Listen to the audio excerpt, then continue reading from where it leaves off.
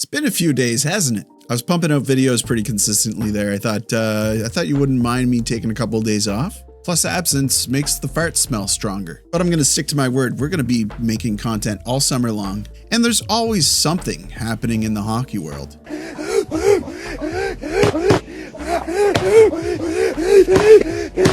Plus, I should probably talk about the Stanley Cup Finals because it's turning out to be a doozy. So, let's talk about it.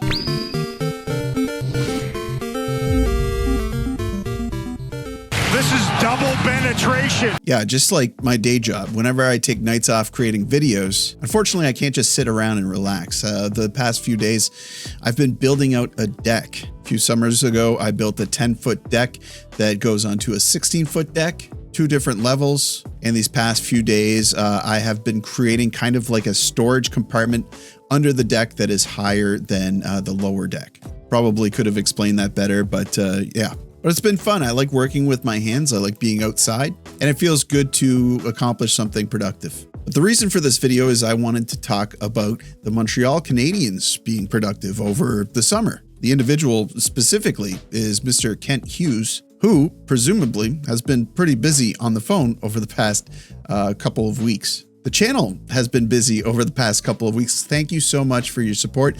Welcome to all the new subscribers and members of the community. Also, welcome to the individuals who joined us over on Discord. Discord has been really fun. It's a place where we can continue the conversation. So if you're tuned into hockey and you're one of those individuals like me who's going to be thinking about hockey all throughout the hot months, you might want to join us over on Discord or subscribe because I'll be making these videos. So, Dylan Larkin. Let's just undress the elephant in the room. He wants out of Detroit. I'm going to try not to turn this into a Detroit shame fest, but I think I'd like to commiserate with the fans of Detroit. If you're out there, if you're watching this video presently, geez, it's been a rough little while, huh?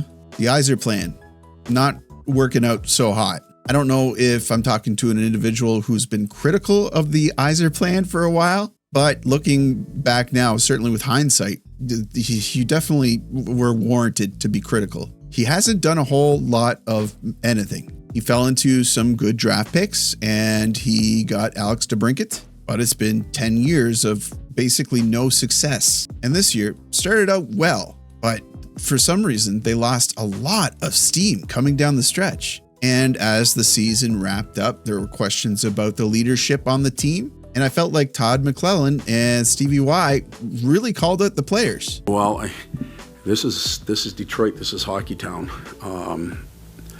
I've been lucky enough to be on the other side of it when they couldn't stop cheering for this team, and they're dying for that. They crave that. That's what they want. And I don't even know if they want a Stanley Cup championship anymore. They just want a team that's going to come and give them something to cheer about. And this outside noise stuff or whatever, that's inside noise. Those are our fans in our building, and they pay to watch us play, and we get paid well to perform for them. And they're fully entitled to their opinion, and we deserve their opinion. Like, there's no other way to sugarcoat it. That's what we earned. So, in a way, Dylan Larkin asking for a trade doesn't really surprise me, but optically, this looks so bad. The captain of the team, after saying he was in it for the long haul, decides, hey, things aren't going well. I'm out of here. I don't blame Detroit fans for being bitter of Larkin, because even as an observer from the outside, seeing him do this brings down his stock for me quite a bit. But looking at his stats, he's now 29 years old. He's on year 4 of an 8-year deal with a cap hit of $8.7 million. Obviously, a good job signing him for that long at that rate, but maybe a little bit too good of a job. Maybe he had expectations from management in terms of acquiring talent and growing the team. So I can see his point of view with that. Just like anyone, he's not getting any younger, and he's been on this Detroit team since the start. No doubt he wants to see some more success. He's played 5 playoff games. He has 1 goal, and that was in 2015-2016. A lot of analysts are saying, yeah, he might be getting itchy feet because of winning gold in the Olympics. And just playing for those national teams and seeing what it's like playing with other talent and getting the mentality osmosis from those individuals. I guess I could see that. But thinking of my most favorite players, I'd hate to think that that's what would chase them away from their drafted team and the team that they captain. And instead, they would take those lessons from the winning team in those big games and bring it onto their team to implement those types of lessons and leadership knowledge. I'm building my case here. You might already see it that I'm building my case, because if you cornered me and asked me who my favorite trade prospect is for the Montreal Canadiens over the summer if they're going to try for a home run, Dylan Larkin probably isn't in my top 5. And I guess we'll talk a little bit about why.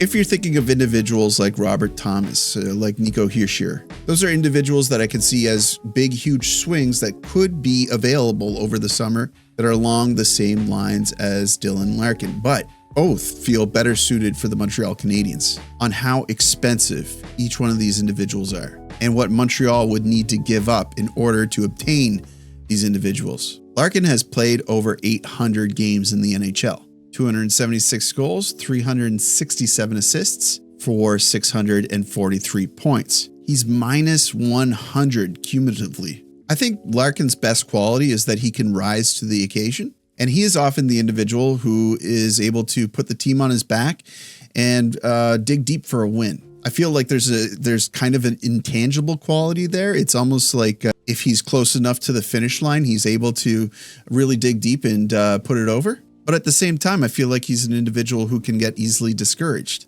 And then comparing Thomas and Hischier to Larkin, Thomas is a tiny bit smaller and he plays smaller, but I feel like Thomas has the most skill of the three. He's also an intense competitor. And then Hischier, same size as Larkin, couple years younger, also definite leadership qualities with Thomas as well, though. And with Hischier, I just feel like he's probably the best of the three in terms of overall complete player.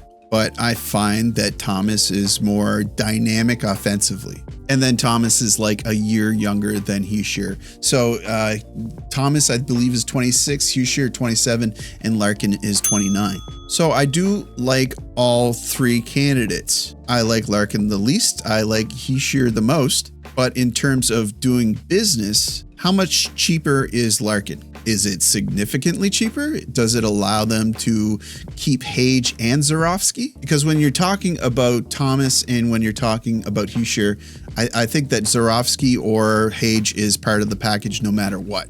And to get a little bit more sense of where my mind is at, Montreal does have a lot of prospects and they have some picks that they can deal with. But at this point in the team's development, I'd like to see them making big swings like this over the summer, leveraging prospects and pieces that are redundant, but trying to stay as far away from special players as possible. So Hage may be a special player. Zurofsky may be a special player. But obviously, the Canadiens have been haunted by the 2C issue. Even the talk about Matthew Nyes not getting traded at deadline because the trade was a minute late, it kind of made me a little bit cuckoo. Because why are they barking up that tree? They've said in the past that, yeah, maybe they don't need a legitimate number 2 center and they just need a lot of talent on both wings to prop somebody up in the middle. To me, that seems also like a half measure that I don't like. And if I'm putting my GM hat on and they go out and they get a winger to prop up a 2C or a 3C that is going to identify as a 2C, and then things don't work out for me, you don't see growth. Well, the questions are going to be aimed squarely at the GM who said, hey, we didn't need a 2C. We just needed 2 really good wingers. That's my thinking on the whole thing. I could talk about other targets that I've thought might be a good idea for the Canadiens, at least for now, but it's all academic. It just depends on how much these guys cost and how much a temporary solution would be while they wait for potentially Hage. One of the other things I wanted to touch on, and I wanted to do this sooner, maybe in a members video, but now seems like a good time. Nick Suzuki becoming an award-winning Selke player. And at the very same time, Cole Caufield winning the Lady Byng. Fantastic news. This is only good. These are 2 players that they're going to be with the team a long time, perhaps their entire career, depending on how well things go. And if things don't go well, which I just can't see it happening, all it does is improve their value. So I'm just really happy that these 2 individuals found their way to my Montreal Canadiens and have become such a huge part of this historic team's history. The history of a historic team, which segues well into the next thing I wanted to touch on, and then we're going to wrap things up. Maurice Richard had one of his records broken last night. Mitch Marner, the absolute playoff dog. 4 points, a hat trick in 6 minutes and 48 seconds? Here it is. I found it. Mitch Marner, 6 minutes and 10 seconds, scored the fastest hat trick in Stanley Cup Final history, besting the previous mark of 6 minutes and 21 seconds, set 69 years ago by Maurice Richard. That is tremendous. This series has been wild. If you didn't watch the game last night, it went to second OT. The Golden Knights went up 4-0, and Carolina came back, scored on Hart 4 times, pushing it to overtime. I'm watching this game and I'm thinking, I bet the goal that finishes it off is going to be controversial. I was close. It wasn't controversial. It was just an ugly goal.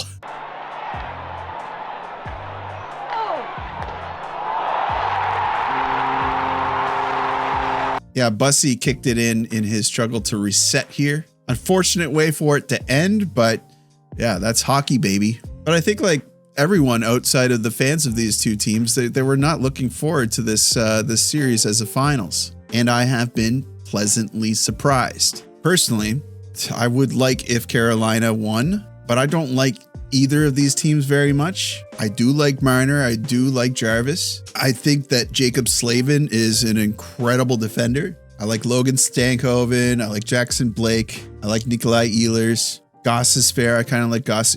I like a lot of players on Carolina. Looking at the Golden Knights, I like Marner. I like Howden. I like Stone, Theodore, McNabb, Hannafin. Kind of like Rasmus Anderson.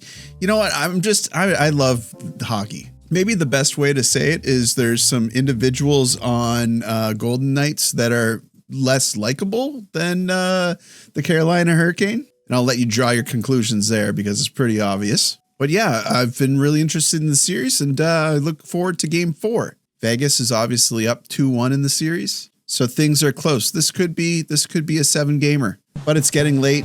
Thank you so much for watching this video. Really appreciate you guys. I'll be putting out another video maybe as early as tomorrow. I could recap the game. I just worry about how popular this series is. I don't know if anybody would watch the recap. Never know. That's going to do it for me, guys. You guys know what to do. Like the video, helps me out with, I don't know, search results probably. Subscribe if you're not already subscribed. I'd love to have you. And as always, I will see you down in the comments.